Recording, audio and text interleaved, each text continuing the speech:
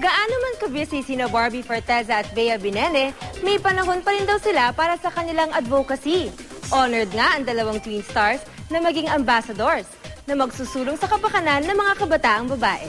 Makichika kay Lars Santiago. Magkasamang pumirma sina Barbie Forteza at Bea Binene para sa I'm a Girl Advocacy ng international NGO na Plan Foundation. Natutuwa ang dalawang twin stars sa pagkakapili sa kanila, lalo pat kapakanan ng mga kabataang babae ang kanilang itataguyod.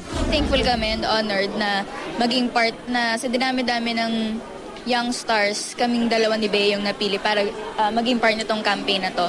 Kaya we'll make sure talaga na we'll do our best. Nakaka-excite kasi I love helping people sa Kapuso Foundation, Harry Bon Foundation. Ngayon, ito naman yung campaign na focused sa mga girls.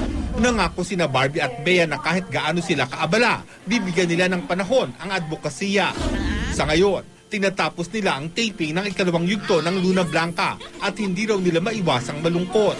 Ito lang kami naging close sila Ate China, nila Tito Raymart. So sayang kasi konti na lang yung time. Malungkot, sobrang lungkot dahil mas-stop na yung bonding, mawawala na yung bonding, mawawala na yung bonding naming lahat ng buong cast, hindi lang ng twins ng buong cast. Nakahanda na rin ang mga bagong programa ng dalawang twin stars. Si Barbie, tampok sa soap operang Mariposa. Muli niyang makakatambal dito si Derek Monasterio. Masayang kasama talaga si Derek. Siya actually nagpaingay talaga sa twins. Masaya siyang kasama, pero ang maganda sa kanya, kapag nasa set siya, trabaho.